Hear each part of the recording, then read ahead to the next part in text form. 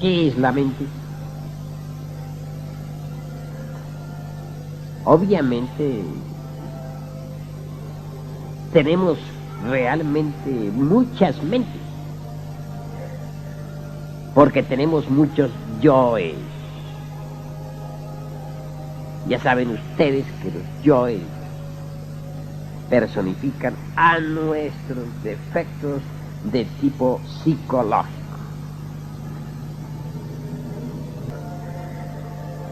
Así pues, mis caros hermanos, comprendiendo que la mente es múltiple porque tenemos muchas mentes, ahondemos un poco más en esta cuestión.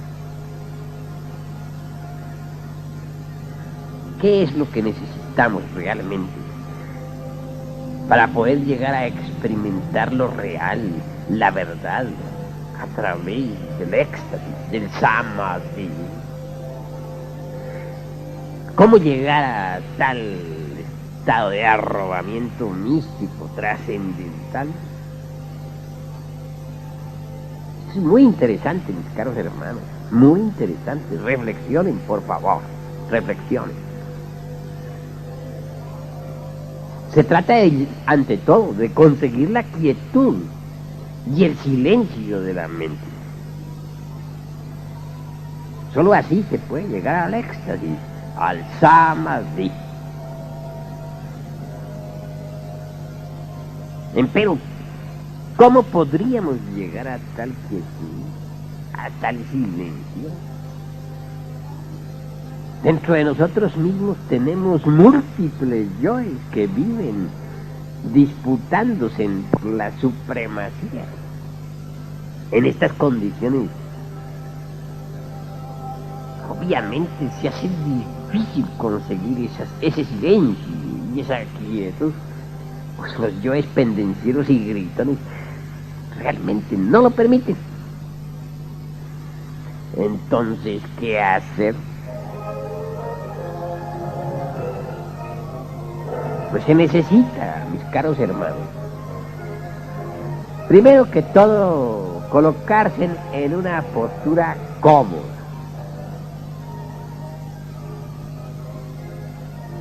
Entiendo que el lumicial, en sala de meditación, conviene estar sentado, sí, pero con el cuerpo relajado. Ningún músculo debe hallarse en tensión.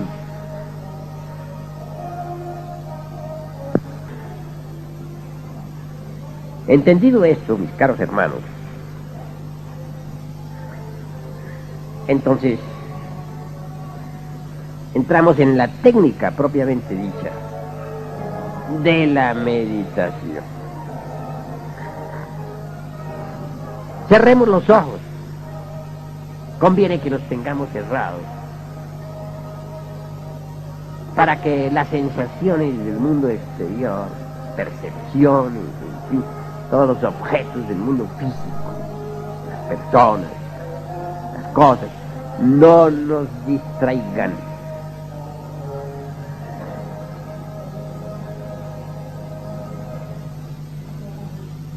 Ahora, conviene poner atención, tener la mente quieta, en silencio, por dentro y por fuera. Repito, esto solamente es posible estando atentos a lo que estamos haciendo, ¿verdad? Porque si ustedes no están atentos, ¿cómo van a tener la mente quieta y en silencio? Les viene un pensamiento, les viene otro, un deseo, cualquier cosa de esas, y ya la mente no está quieta ni en silencio. Desafortunadamente, hermanos, no es tan fácil estar atentos. Surge inevitablemente eso que podríamos llamar inatención. Hay pues dos estados. el de atención y el de inatención. ¿Comprendido? Si queremos estar atentos, surge lo opuesto, la inatención. ¿Qué es lo que causa la inatención? Obviamente, los yoes que cargamos dentro, ¿verdad?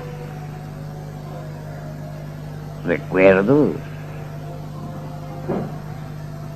deseos, emociones, pasiones, acontecimientos del día, del mes, del año o de los años, memorias, rencores, resentimientos, etcétera. Eso es obvio. ¿Qué hacer entonces con toda esa multiplicidad del yo? ¿Qué hacer con esa inatención? Observarla, mis caros hermanos, observarla. Cuando uno serenamente observa todas las fases de la inatención, cuando de verdad las mira en forma detallada y sin tomar partido por esto o por aquello,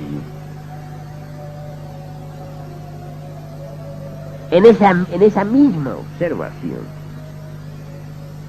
de lo que es inatento, surge la real atención. Cuando ésta surge,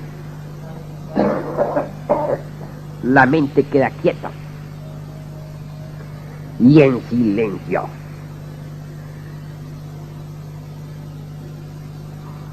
Quiero que ustedes sepan que cuando la mente está quieta, que cuando la mente está en silencio, adviene lo nuevo. Eso es claro. En esos instantes la esencia se desembotella para experimentar en el mundo de lo real.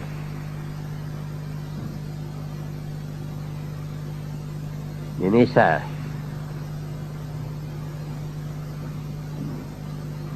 o en esos, mejor dijera, estados de lucidez plena, venimos a experimentar cierto elemento que transforma radicalmente, que nos da ánimo,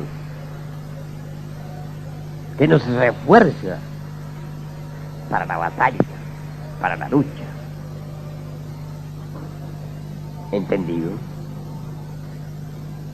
Hay un dicho antiguo que dice: nócete ipsum, hombre, conócete a ti mismo y conocerás al universo y a los dioses.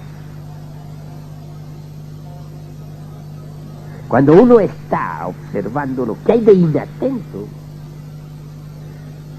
surgen naturalmente diversas cosas.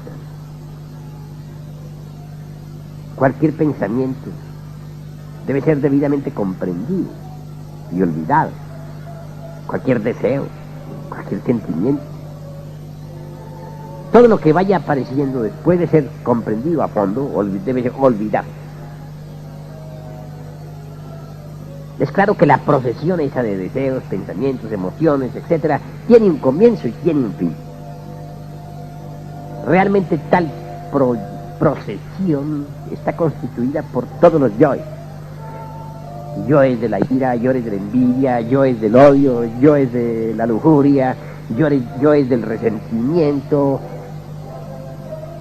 yoes de tales o cuales escenas del pasado, etcétera, etcétera, etcétera. Al verlo, todo eso, a comprender cada uno de esos detalles, se está uno conociendo a sí mismo, ¿verdad?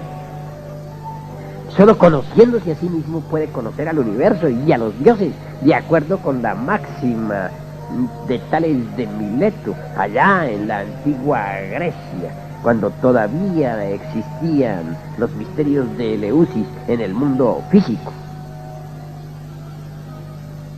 No es posible llegar uno a la experiencia de lo real sin haberse conocido a sí mismo profundamente. Eso es lo que se hace cuando uno está en meditación.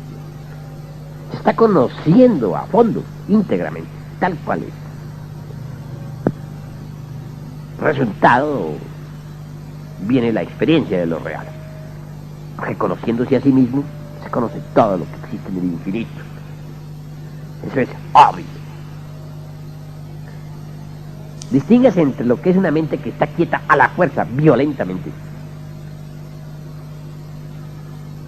Es decir, que está aquietada a la brava, como dijéramos. Y lo que es una mente que realmente está quieta en forma espontánea y pura. Distíngase entre una mente que está silenciada violentamente y una mente que está en silencio. Cuando la mente está aquietada violentamente, no está quieta. Lucha por moverse en sus fondos más profundos. Y cuando la mente está silenciada violentamente, tampoco está en silencio. Grita en sus fondos. Total, ese camino así resulta estéril. La quietud y el silencio deben surgir en forma espontánea y pura. Surgen cuando la procesión esa de recuerdos, pasiones, deseos, defectos, etc. concluye. En esos instantes es cuando la conciencia logra desenfrascarse para vivenciar lo que es real. Eso que no es del tiempo. Eso que es la verdad.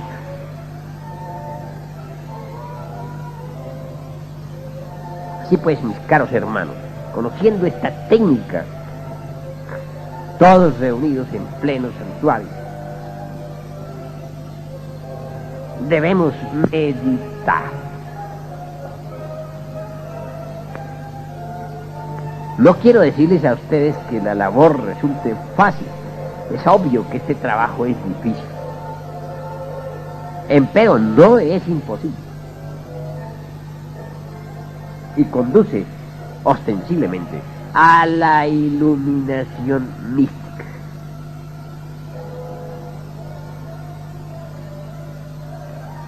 Quien se conoce a sí mismo, no lo olviden, conoce al universo y a los dioses.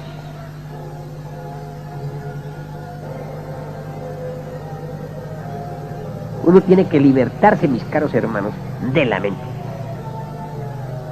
Y eso solamente es posible a través de la meditación de fondo. La conciencia, desgraciadamente, está presa entre la cárcel de la mente. Obviamente, mientras la conciencia esté encerrada, la experiencia de lo real resulta imposible. Necesitamos luchar por nuestra libertad, mis caros hermanos. Recuerden que cada uno de vosotros está preso. Y lo grave es que no os dais cuenta de que estáis presos. Creéis que sois libres y no lo sois porque estáis presos. La cárcel de la mente es horrible. Allí dentro de esa cárcel está encerrada la conciencia. El alma, dijeran, lo anímico, lo que verdaderamente vale la pena en nosotros.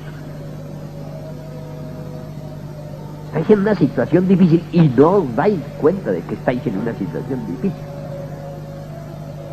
Ven cuántas gentes se dedican a fortificar los barrotes de esa prisión.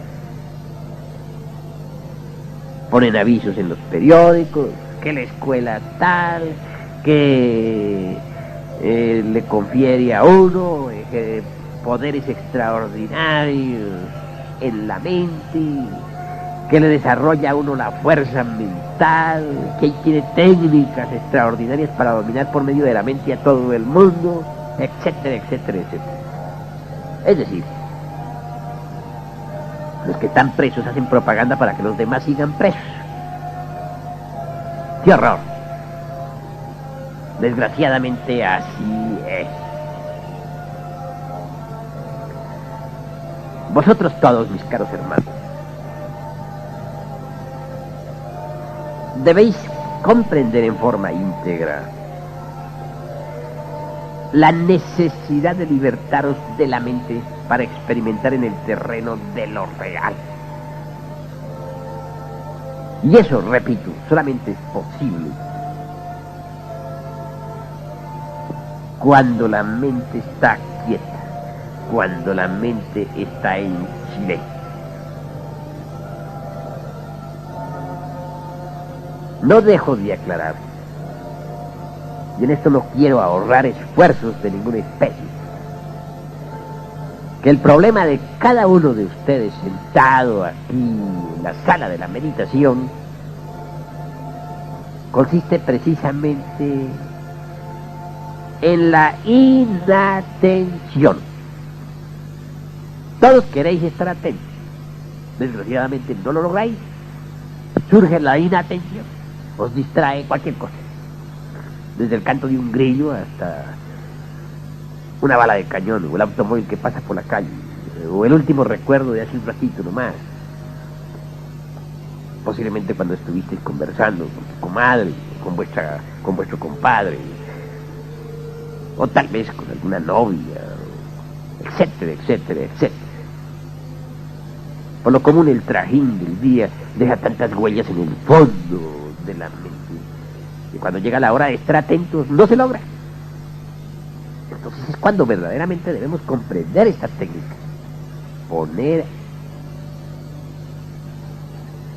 observación en la inatención, es decir, observar cuidadosamente lo que hay de inatento en nosotros.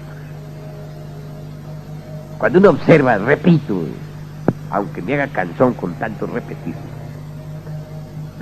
todos los detalles de la inatención, es obvio que por tal motivo ya hay atención. Pues bien, la atención plena, mis caros hermanos, nos da precisamente la lucidez del espíritu. La atención plena nos lleva a una quietud natural, espontánea y simple de la mente. La atención plena nos lleva a un silencio bellísimo y muy profundo de la mente.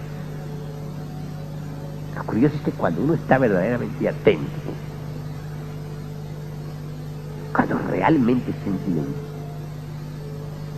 ni siquiera se da cuenta que está en meditación. Aquella quietud y silencio es tan natural, son tan naturales, que se olvida uno de que está practicando un ejercicio.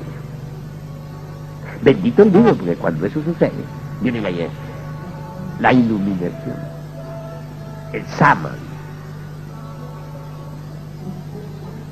Ven, por ejemplo, hermanos, lo que sucede cuando uno está arrobado contemplando un cuadro de la naturaleza, o una película que le interesa, o a la mujer amada, o a un amanecer, un anochecer. Si realmente está uno arrobado en aquello, en esos instantes hay atención plena.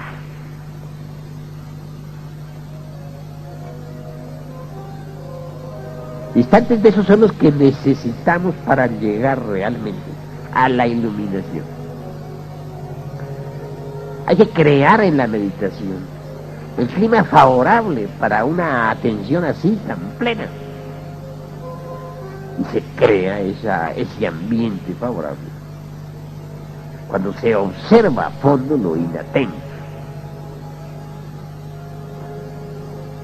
Entonces viene de hecho la atención natural. Y eso es lo indispensable para llegar a la verdadera iluminación interior, mística, profunda. Yo quiero, mis caros hermanos, que comprendáis todo esto, vosotros, pero que lo comprendáis a fondo.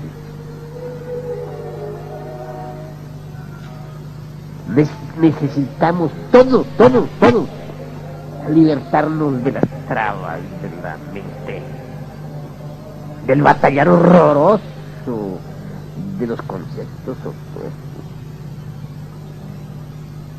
Necesitamos zafarnos de todo ese mare magnum de opiniones, teorías, autores, etcétera, etcétera, etcétera.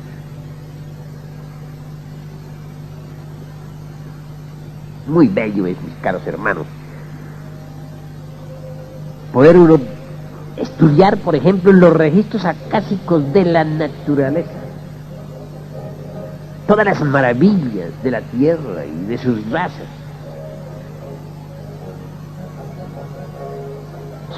Eso es asombroso. Si uno lee, por ejemplo, a la maestra Elena Petronila Blavatsky, resulta maravillosa cuando habla sobre cosmogénesis, antropogénesis, etc. Muy bello es tener una información intelectual sobre la raza polar, sobre los hiperbóreos, sobre los lemures, sobre los atlantes, etc. Pero otra cosa uno es experimentar eso en forma directa. Sucede que en los registros acásicos de la naturaleza nosotros podemos experimentar en forma directa. Pero se hace necesario zafar a la conciencia de entre el intelecto. Con la conciencia emancipada podemos revisar todos los archivos sellados de esta gran naturaleza. Viajar en el tiempo. Vivir en esas épocas antiguas. Primera, segunda, tercera, cuarta raza, etcétera. Recordar nuestras vidas anteriores, mis caros hermanos. Eso es formidable, ¿verdad? Pero sería imposible realmente todo esto si continuamos presos, metidos en esa horrible prisión de la mente. Quiero que os libertéis, y esto se hace por medio de la meditación de fondo.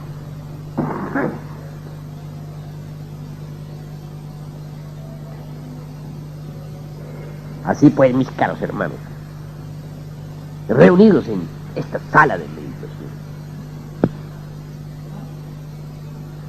debemos comprender la necesidad de emanciparnos cada vez más y más de los procesos de tipo intelectivo razonativo.